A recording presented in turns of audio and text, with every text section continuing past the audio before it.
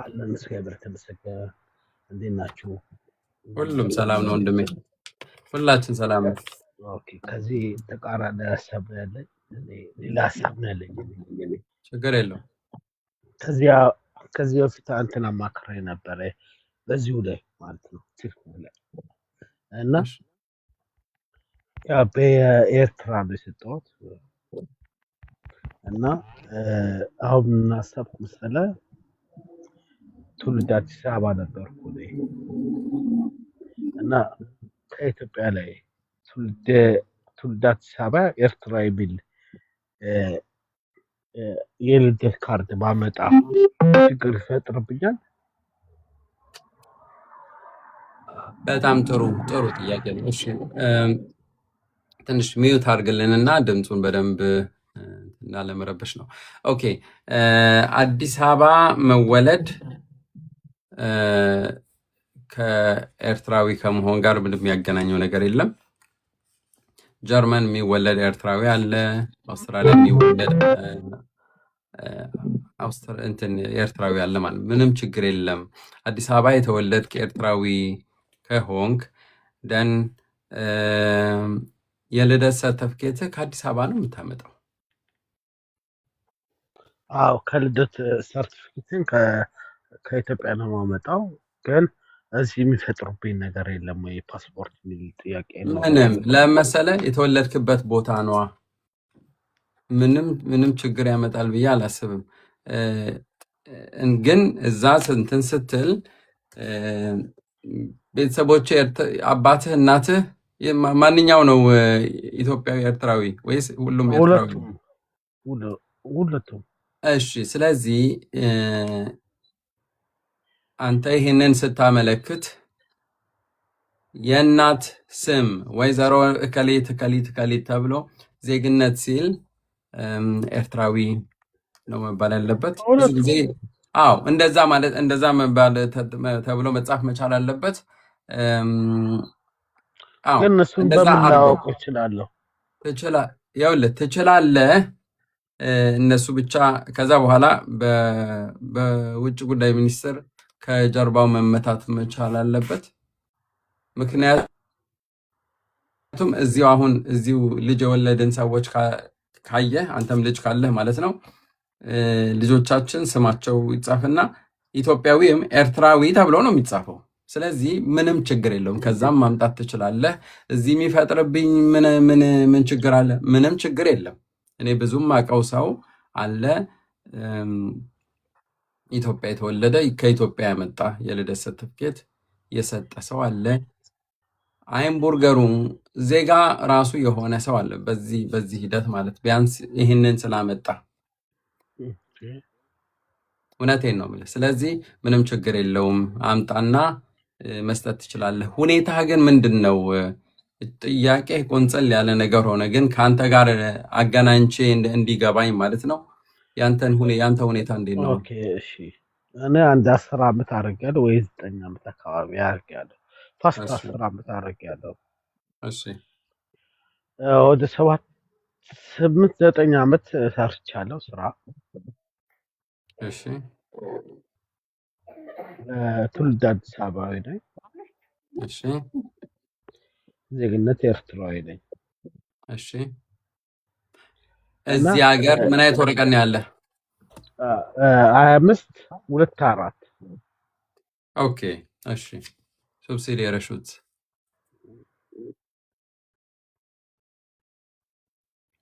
ያ ይሄ ነገር እንትን በዚህ በሱብሲዲ ረሹት እና በአፕሺ ቡምፐር ቦት በ25-23 እና በ25-24 በ25-3 የተሰጠን ሰዎች ጉዳያችን ትንሽ ይከብዳል። እኔ ጀነራሊ ስነግራችሁ ነው። ትንሽ ይከብዳል መቀየር ስለማይችል፣ በተለይ ኤርትራውያንን ብለን ያለን ከባድ ነው ለመቀየር። ስለዚህ ያ ትልቅ ቻሌንጅ ነው የሚሆነው ለወደፊት። ቢሆንም ግን በአንተ ሂደት ወረቀት አለ፣ ራይዛ አውስቫይስ አለ። አሁን ደግሞ ቢያንስ አንተነትን የሚገልጽ አንድ ነገር እንድታመጣላቸው ይፈልጋሉ። ይሄንን ለማወቅ ራይዛ አውስቫይስ አለ አይደለም? ራይዛ አውስቫይስ አለኝ። ራይዛ አውስቫይስ አዎ፣ ፓስፖርት የሚመስል ፓስፖርት አይደለም ግን እሱን ነው የሚመስለው። ከፍተህ ስታየው የለኝም፣ እሱ አውስቫይስ ብቻ ነው። አውስቫይስ ብቻ ነው ያለው። ኦኬ በቃ ኦኬ። ቢኖርህ ኖሮ እዛ ይጻፍ ነበረ ለማለት ብዬ ነው። በቃ ከሌለህ እንግዲህ እሱን ቢያንስ አምጣላቸው። ግን ሄዶ ትክክለኛ ማንነት የሚገለጸው በፓስፖርት ነው እና ኬላ መጣ እችላለሁ። አሁን ከኢትዮጵያ ትውልድ አዲስ አበባ ነኝ። እሱ ነው ግራ የገባኝ። መቼ ነው በፈረንጆች መቼ ነው የተወለድከው? 91 አዎ ቢያንስ ይሄ አሁን ይኸውልህ በደንብ ማሰብ መቻል አለብህ። አንዳንድ የሚጣረሱ ዜግነቶች ሊኖሩ ይችላሉ። በእኛ ብቻ አይደለም፣ በነገራችን ኤርትራውያንና ኢትዮጵያውያን ስለሆንን ብቻ አይደለም። ኦኬ ሌሎች ጎረቤት ሀገሮች የመጣረዝ ሁኔታ ወደዚህም ወደዛም የመምጣት ሁኔታ አለና የሚስተካከልባቸው ሂደቶች ማሰብ ያስፈልጋል ብዬ አስባለሁ። እኔ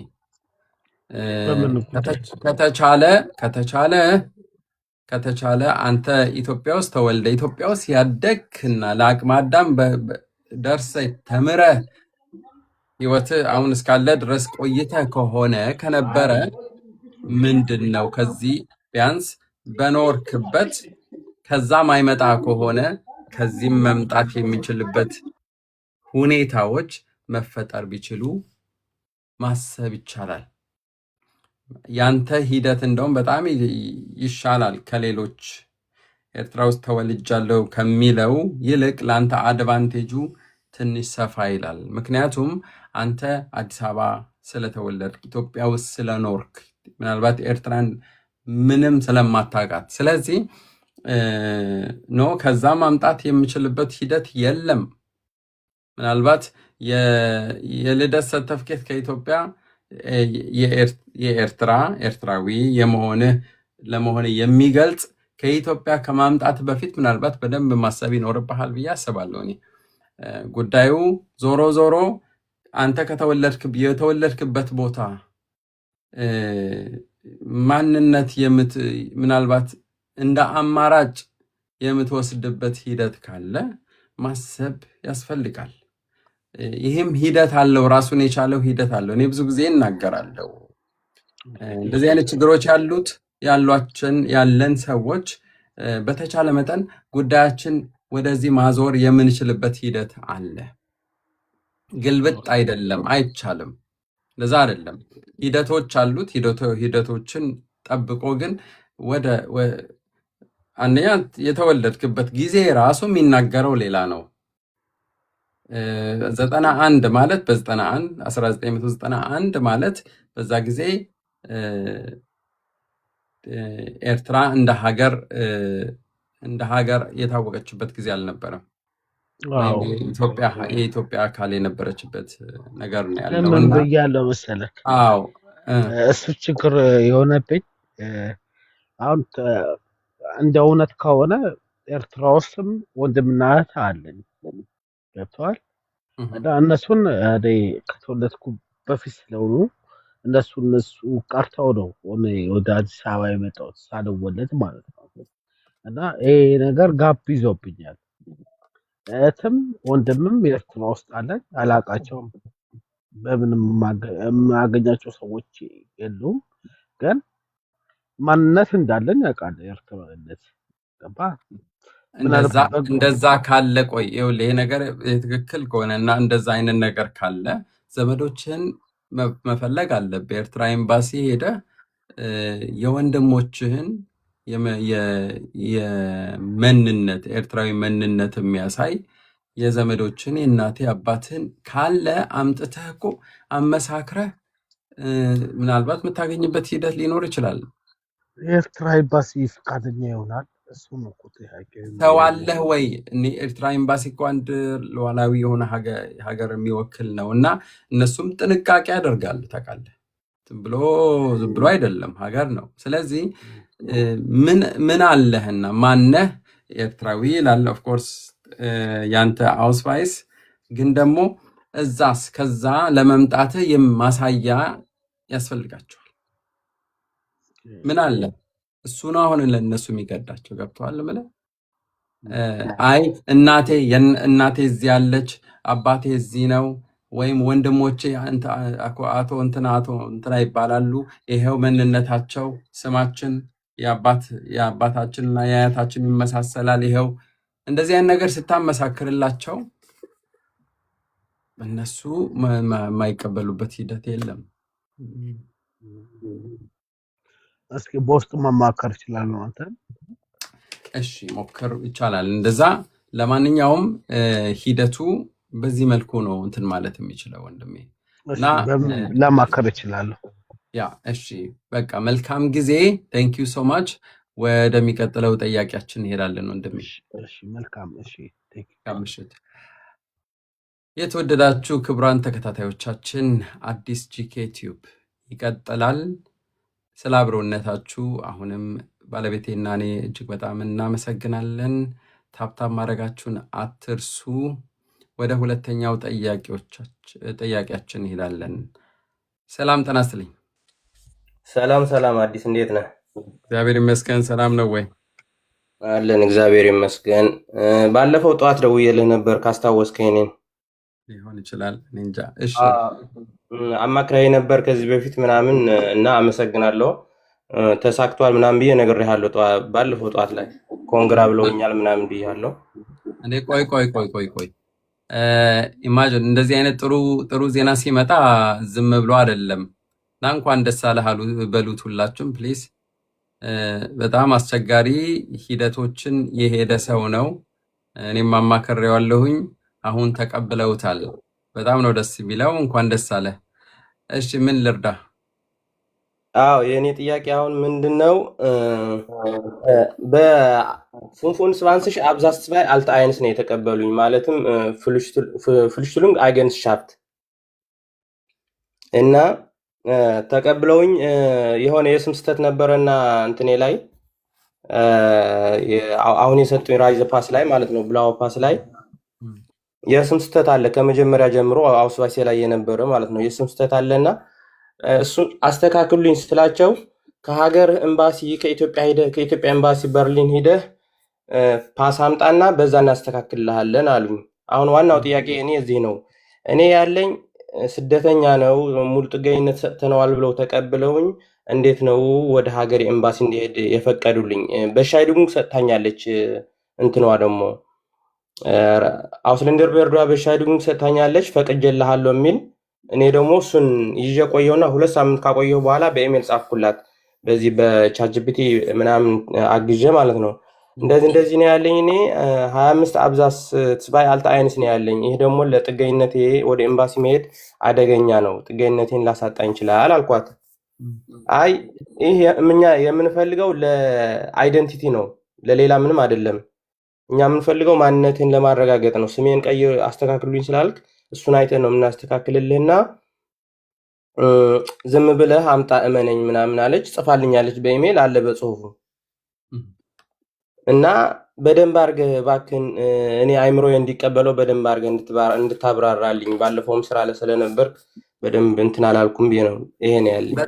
በጣም ጥሩ። በእንግዲህ ፍሉሽሊንግ አይገንሻፍት ማለት እጅግ የበለጠ ወረቀት ነው። ኦኬ የበለጠ ወረቀት ነው። በደንብ ነው የተቀበሉ እና የስም ስህተቶችን ወይም የእድሜ ለውጦች ከተደረጉ እነሱ መስተካከል የሚችሉት ዝም ብሎ አይደለም፣ ከኦሪጂናል ዶክመንት ነው። ኦሪጂናል ዶክመንት ማለት ፓስፖርት እና ፓስፖርት ብቻ ነው።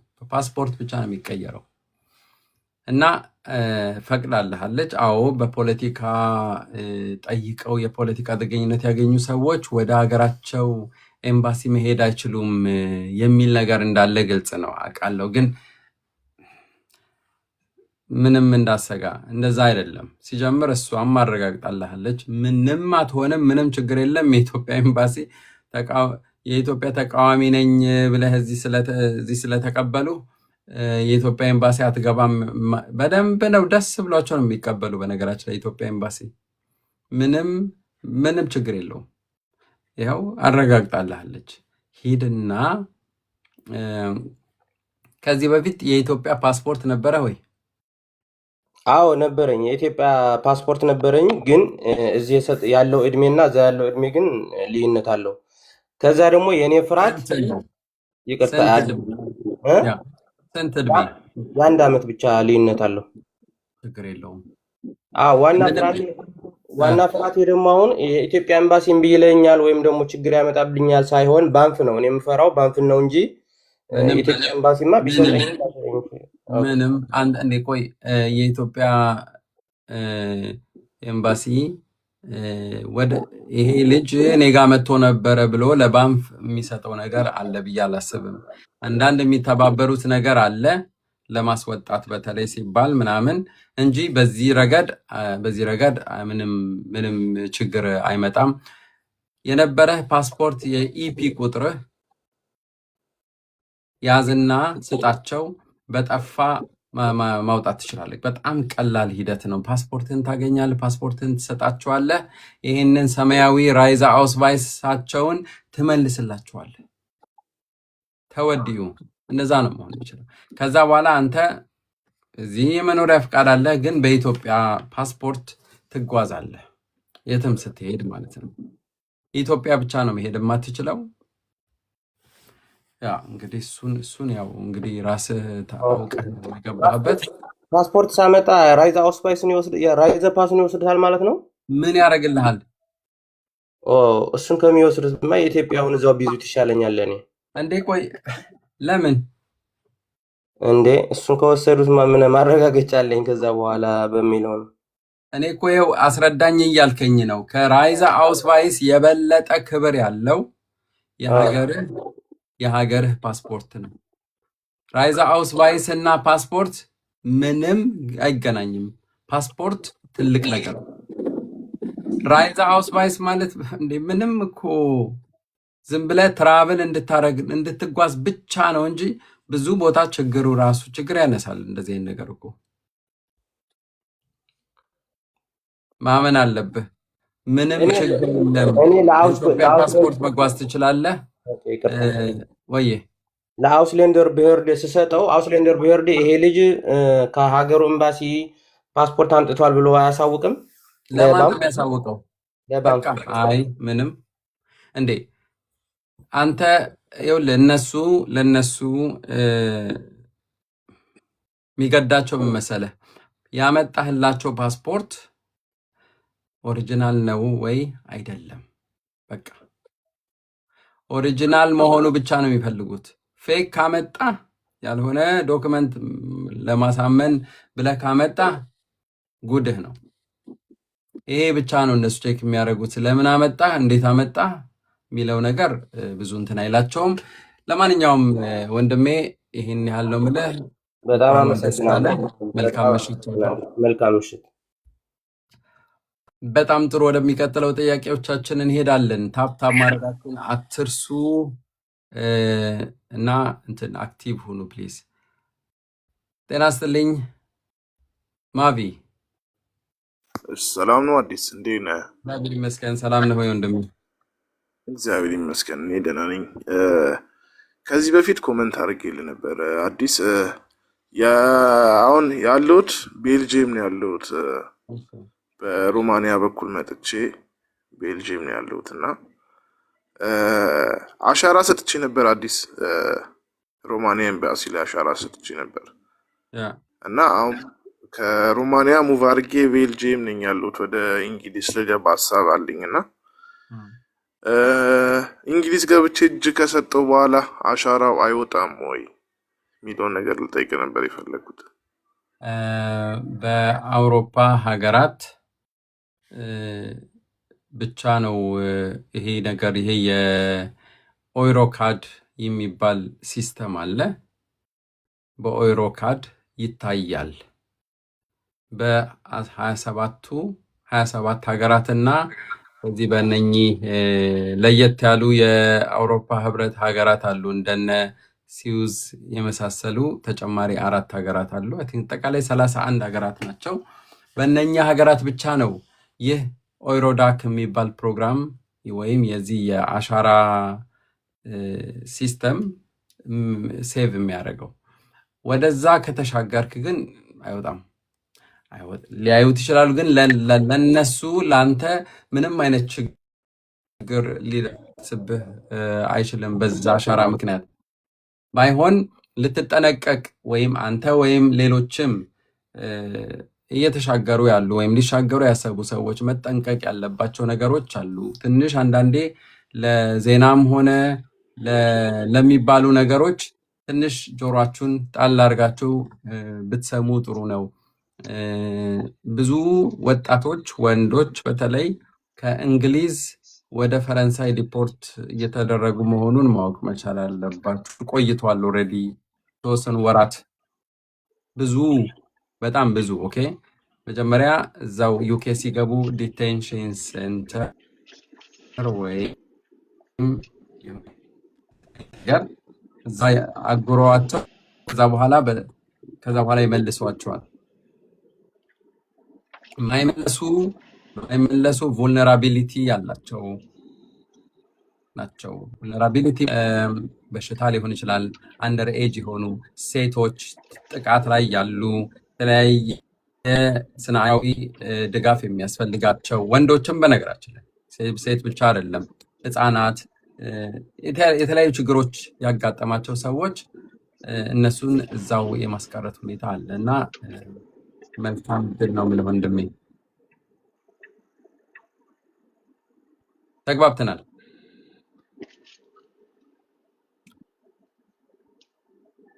ኦኬ አይ ቲንክ ወንድማችን ሰምቶኛል ብዬ አስባለሁ። ወደሚቀጥለው ጥያቄያችን እንሄዳለን። ገጠር ሃሎ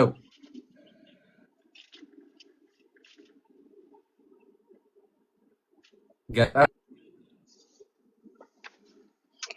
ተረኛ ነበር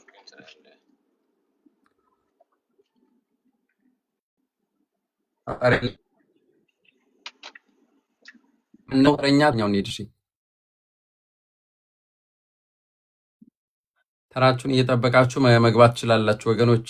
ቤቢ ኦኬ እሺ። ሰላም አዲስ፣ እንዴት ነህ? ሰላም ነው ወይ? ሰላም ነው ወይ? እግዚአብሔር ይመስገን አለን ይመስገን። ያው ብዙ ጊዜ ነበረ ልጠይቅህ የነበረው፣ ዛሬ አጋጣሚ እድሉን አገኘሁኝ። አመሰግናለሁኝ። ልጠይቅህ የነበረው በዛው እናንተ ጋር ሲቲዝንሺፕ የሆነ አንድ ቤተሰብ አለኝና ኦልሬዲ ከ40 ዓመት ከ50 ዓመት በላይ የኖረ ነውና እና እኔ ደግሞ ኦልሬዲ ግራጁዌት ያደረኩ ሰው ነኝ በቤሲስ ያለኝ እዚህ ሀገርና በቻንሰን ካርተን ወደሱ ለማምጣት ነበር ያሰብኩት። እና ይሰማላ? ትንሽ ኔትወርክ እየሰማው ነው። እና በቻንሰን ካርተን ነበረ ለማምጣት ያሰብኩት እና አትሊስት የኦፖርቹኒቲው እና የእሱ ትንሽ በፔንሽን ወደ ጡረታ ስለገባ 1000 ምናምን ብር ነው የሚያገኘው አሁን ላይ። እና ሙሉ ስፖንሰርሺፕ በሱ ላድርግ ወይንስ እኔ ፔመንቱን ከፍዬ በመጣ ይሻላል? ከሁለቱ የትኛው ነው አማራጩ? እሱ ስፖንሰር ማድረግ ይችላል? እኔ የተለያየ ሀሳብ ስለሰማሁ ነው ከነዚህ ከሰዎች ማለት ነው። በጣም ጥሩ ጥያቄ ነው። አንተ ሲጀምር ምትችል ከሆነ 12000 ዩሮ ለሚችል ሰው ቀላል ነው። ትችል ከሆነ ራስን ብትችል ጥሩ ነው። እዚህ አካባቢ ያለን ሰዎች ስፖንሰር ሊያረጋህ አይደለም፣ ሙሉ ለሙሉ ስፖንሰርሺፕ አይደለም። በነገራችን ላይ ምንድነው 3 አይነት መንገዶች ነው ያስቀመጡት። እዛው ዌብሳይቱ ላይ ገብተህ ማየት ትችላለህ። ቻንሰን ካርተን ፓራግራፍ ላይ የተቀመጠው የመኖሪያ ፍቃድ ነው። ለ1 ዓመት የሚሰጠው ሰው በፖይንት ሲስተም ሰዎች አንተን አይመለከትም። ለአንተ ደግሞ ስራ ማግኘትና የሚያስፈልጉ ነገሮች ማሟላት ነው። ከሚያስፈልጉት ዋነኛው ሁሉም ነገር ትምህርት ሁሉ ሬኮግኒሽን ይዞ የሚያስፈልግህ ገንዘብ ነው። ራስህ መቻል አለብህ። አለበለዚያ እዚህ ያለ ሰው ዲክላሬሽን ኦፍ ኮሚትመንት መፈረም አለበት። ያ ማለት ኃላፊነት ነው የሚወስደው። ኃላፊነት ማለት ይሄ ሰውዬ በቆይታው ለምግቡ ለዚህ ተብሎ ይዘረዘራል። ለሁሉ ኢንሹራንስ ጨምሮ በነገራችን ላይ የመጀመሪያው ዓመት ኢንሹራንስ እዚህ ሀገር እንትን ነው፣ አስገዳጅ ነው። ካልታመም ከዚህ መከፈል መቻል አለበት እና ሁሉም ነገር አደርጋለሁ ብሎ ቃል ይገባል። ከዛ አንተ የራስህ ግል ገንዘብ ካለ ማገዝ ትችላለህ።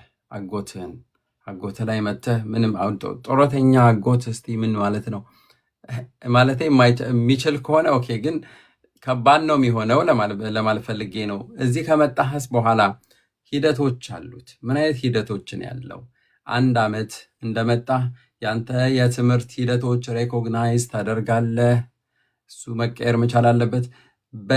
በተማርከው ወይም አንተ በምታቀው ፋህ ክራፍት ይባላል። በዚህ በኤክስፐርት ሆነ ነው እየመጣል ያለው። በነገራችን ላይ ያንን ስራ ፈልገህ መስራት መቻል አለብህ። ምክንያቱም ከአንድ ዓመት በኋላ ያ ወረቀት ያ የመኖሪያ ፈቃድህ ሬዚደንስ ፐርሚት መታደስ እንዲችል አንተን የሚመጥን ስራ መስራት አለብህ። መተህ እዚህ የእናቶች የአባቶች ምንድን ይሄ ሽማግሌዎች የሚያጥቡ ምናምን የጽዳት ሰራተኛ እንድትሆን አይደለም። አዎ ያልጠየከኝን ነው እየነገርኩ ያለሁት፣ ግን ትንሽ ሰፋ አድርጌ ሌሎችም እየሰሙ ስለሆነ በቻንሰን ካርተ ዙሪያ ያለው ነገር እንዲያውቁ ስለፈለግኩ ነው። ስለዚህ እንደመጣህ በራስህ ሙያ እንድትሰራ ስትሰራ ማለት ፓርት ታይም ጆብ መስራት ትችላለህ። ኦኬ፣ ታይል ሳይት አባይት ይባላል እዚህ። እሱን ስትሰራ ኦልሞስት መደጋገፍ ትችላላችሁ ማለት ነው። እኔ ሳስበው ሁለቱም መሆን ይችላል። አንተው ራስ ትመርጣለህ።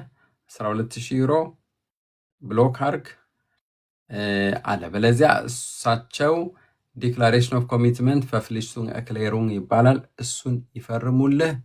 ፈርመው ከኔ ጋር ነው የሚቆየው በቆይታው ምናምን ብለው ወረቀቷን ይልኩልሃል።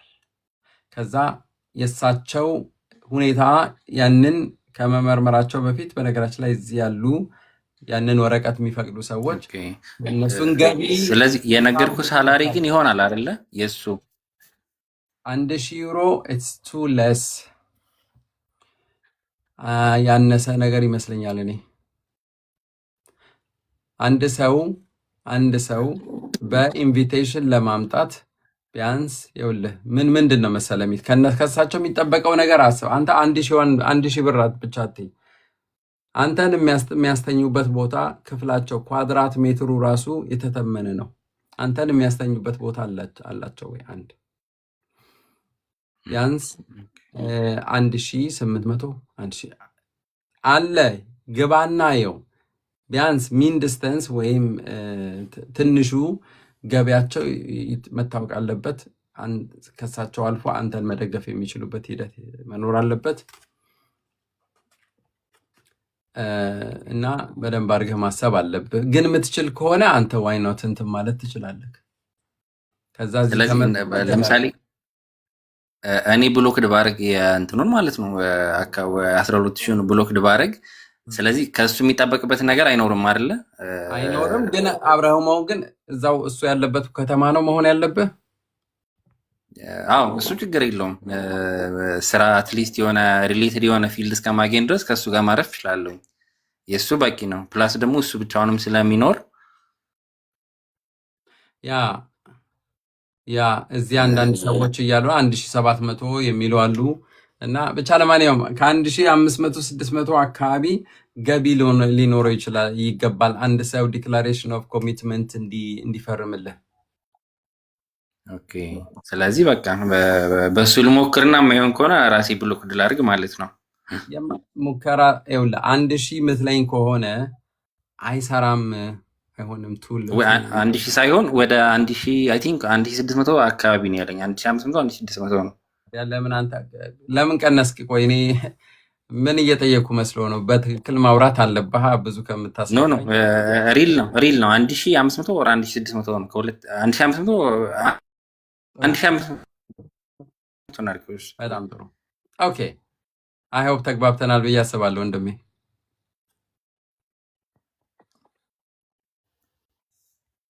በጣም ጥሩ ቴንክ ዩ ለጥያቄ ወደሚቀጥለው ጥያቄዎቻችን ሄሎ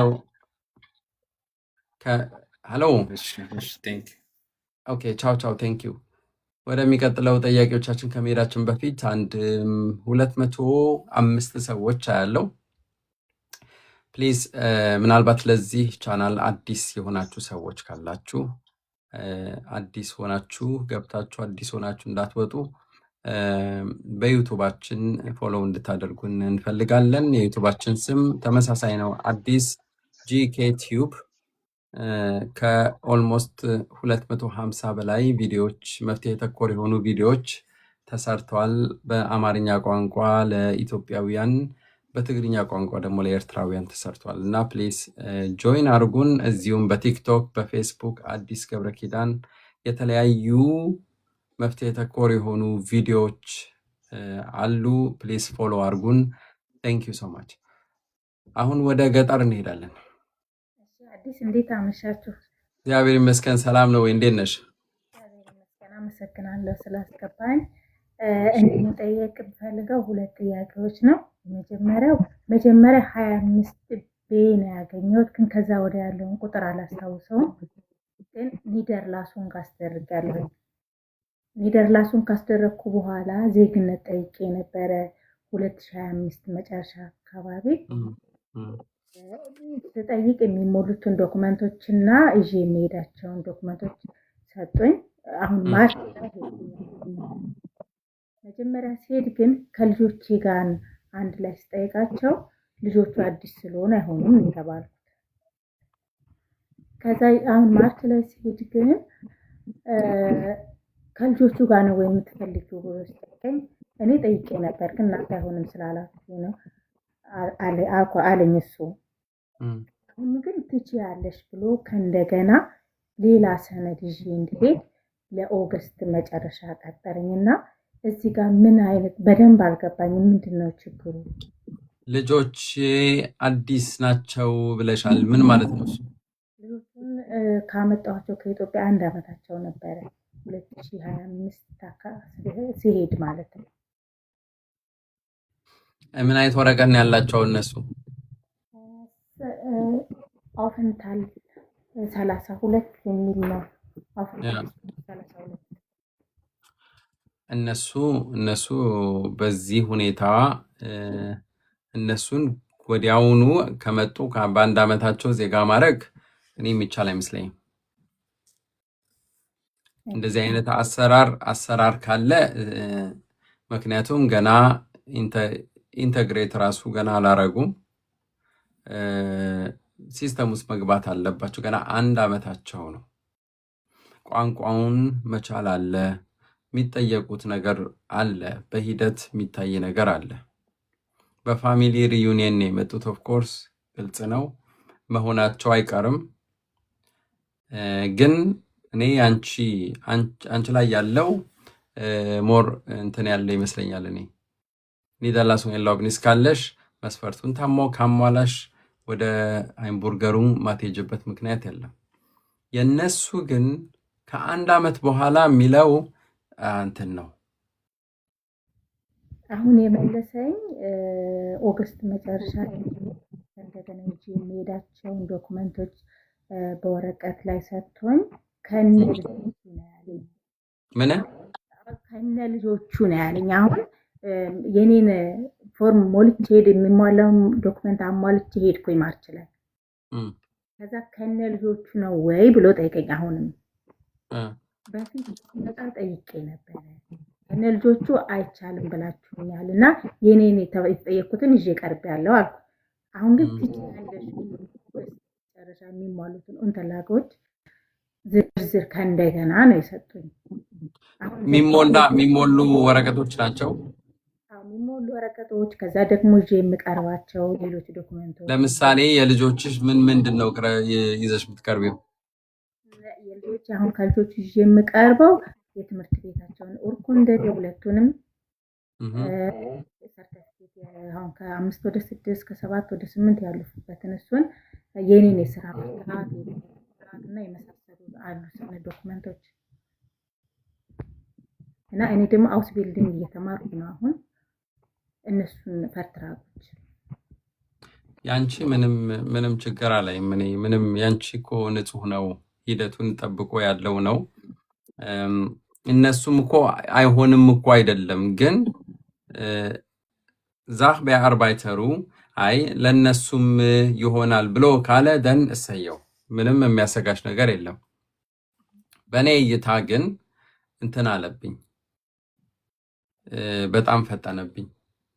በአንድ አመት ውስጥ ወይም እዛው ከመምጣታቸው በፊት ኢትዮጵያ ትምህርት ተምረው ነበረ ወይስ? ትልቀኛው ትንሽ እንኳን ትንሽ ናት። አሁን እድሜያቸው ስንት ነው? አሁን ትልቁ ወደ 15 አንድ ወሩ ነው፣ ወደ 9 ነው። አሁን ትንሿ 8 ነች፣ ወደ 9።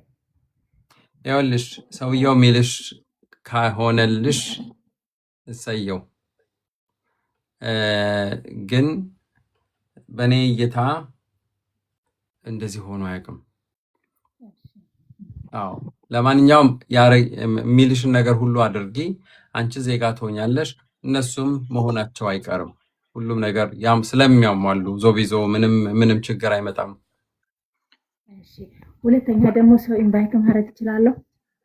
አንቺ ሰውን ኢንቫይት ማድረግ ትችያለሽ። ኦፍ ኮርስ ማንኛውንም ሰው ኢንቫይት ማድረግ ትችያለሽ። አሁን ቅድም ሳወራው የነበረው ነው ይሄ ፈፍሊስቱን ኤክሌሩን ኃላፊነት መውሰድ ዲክላሬሽን ኦፍ ኮሚትመንት። አንዳንድ ቡንደስላንዶች ሃውስላንደ በህርደ ነው የሚሰራ፣ በአንዳንድ ቡንደስላንዶች ራት ሃውስ ነው የሚሰራው። ብቻ ቼክ አድርጊ እዛ አንቺ ያለሽበት ቦታ ቃሉ ፈርፍሊስቱን ኤክሌሩን ነው የሚባለው። እሱን አርገሽ ለምትልኪው ለምትጋብዡ ሰው መላክ ማለት ነው። ማንን ለመጋበዝ ነው? እህቴ ትችያል። እድሜዋስ? ባለትዳር ነች። አዎ ባለትዳር ናት። እድሜዋ 38 ወደ 39 ማለት።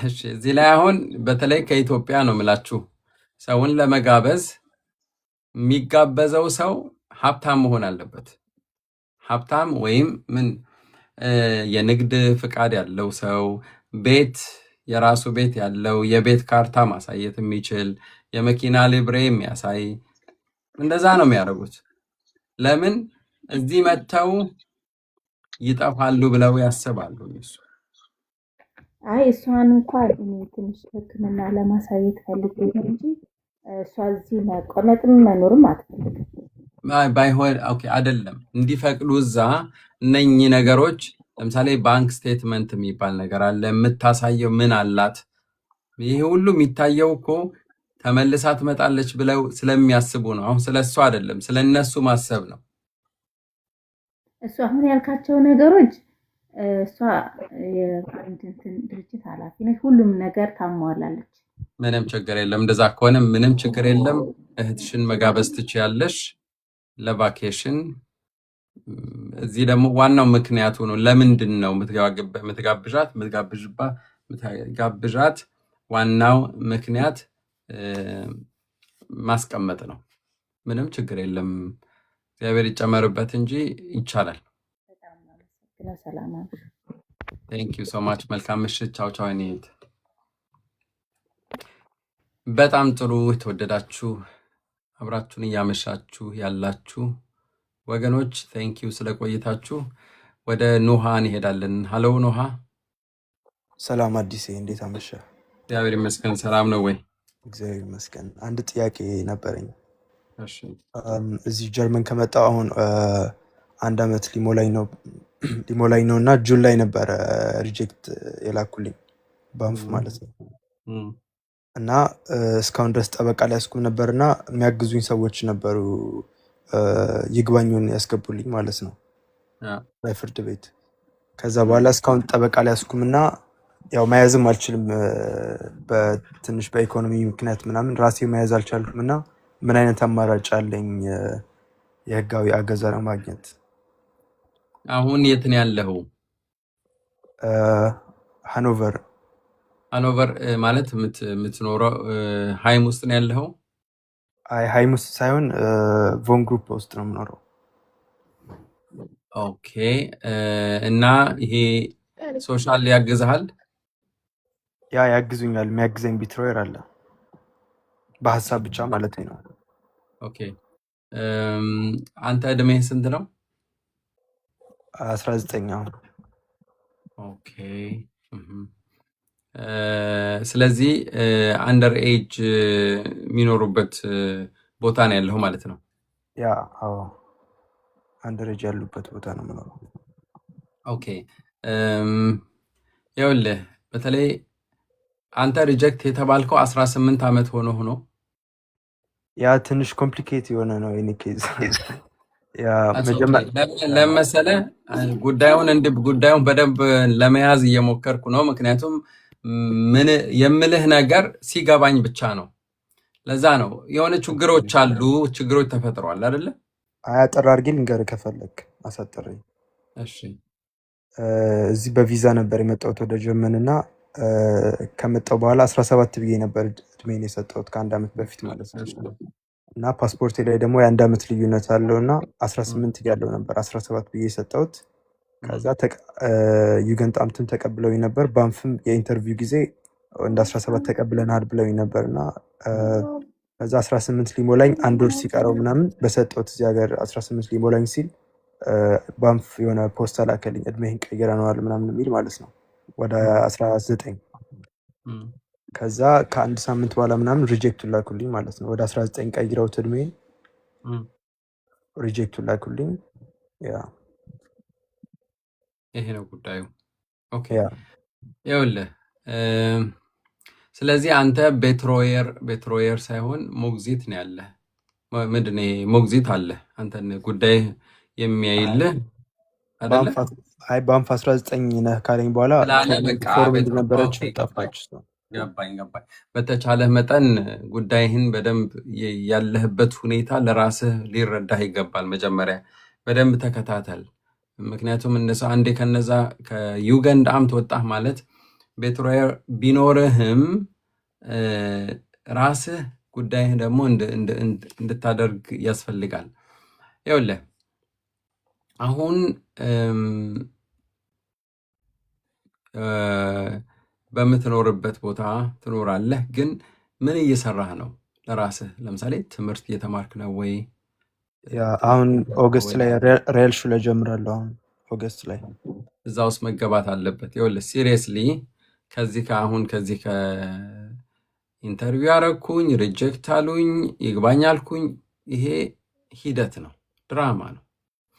አንተ እዚህ ሀገር መቆየት እንድትችል በጣም ተግተህ መስራት ያለብህ ትምህርትህ ላይ ነው። ሆፕሽሉ አፕሽሉስና ቢያንስ ይዣለሁ። በጣም እሱ በጣም ጥሩ ነው፣ ግን መዝለቅ መቀጠል መቻል አለብህ። ከቻልክ ወደ ቀጥታ ወደ ዩኒቨርሲቲ የምትገባበት ሂደት፣ አለበለዚያ አውስቢልዱንግ የምታደርግበት እነኚህ ናቸው አንተን እዚህ እንድትቀር የሚያደርጉ።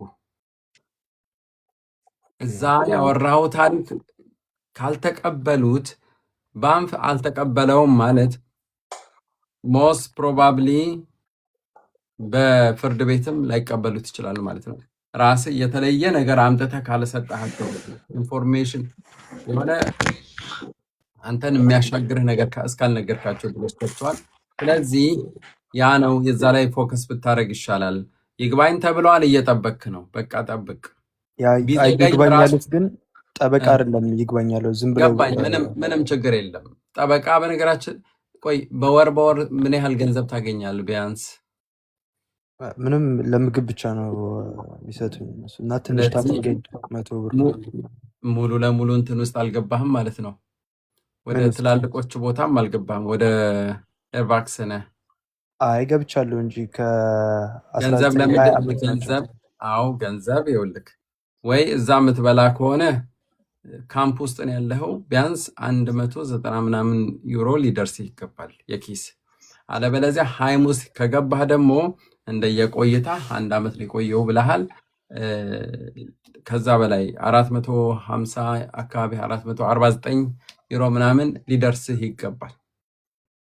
አይ ምግብና ከነሱ ጋር እየሄድኩ በየወሩ በየሳምንቱ ገዛለሁ። የምፈልገውን ነገር ይገዙልኛል፣ ግን ብሩን አይሰጡኝም። እነሱ ይዘውት እነሱ የምትፈልገውን ግዛ ነው የሚሉኝ እነሱ። ኦኬ እሺ፣ ይሄ የተለየ አሰራር ነው። ለማንኛውም እኔ ሞር ፎከስ ማድረግ ያለብህ የገንዘብ ነገር አሁን ተው፣ እርሳው። ትንሽ ያስፈልግሃል አውቃለሁ፣ ግን ፕሊዝ ትምህርትህ ላይ ፎከስ አርግ። እሱ በዛ አማካይነት ፍርድ ቤት እንኳን ሪጀክት ቢልህ በዛ ባጠናኸው ባለፍከው አውስቢልዱንግ መሰረት አንተ በሌላ ፓራግራፍ ወረቀት ማግኘት ትችላለህ። አዎ ገንዘብ እኔ ከሶሻል ማግኘት አለመቻልህ ነው ችግሩ እንጂ ጠበቃ ማግኘት ይቻላል። ዝም በላቸው፣ አሁን ዞቢቱ ዝም በላቸው። አድራሻ አላቸው። ሪጀክት ሲሉ በቀጥታ ወደ አድራሻ ነው የሚጠሩ እንትን የሚሉ ወደ እኔ ላኩልኝ እሱ በቃ። አዎ ጠበቃ እንዲከታተል ነበረ የሚያስፈልግህ፣ በዚህ ሰዓት ነበር የሚያስፈልግህ። ለማንኛውም አሁን እዛ ላይ ብዙ አትረበሽ። ሁሉም ነገር በእጅህ አይደለም። በእጅህ ያለው አንተን ህይወት ሊቀየር የሚችለው ትምህርትና ትምህርት ብቻ ነው። እዛ ላይ ፎከስ አድርግልሃለሁ ወንድሜ። መልካም ምሽት። አመሰግናለሁ ለምክሩ አዲስ። እሺ ወንድሜ ቻው ቻው።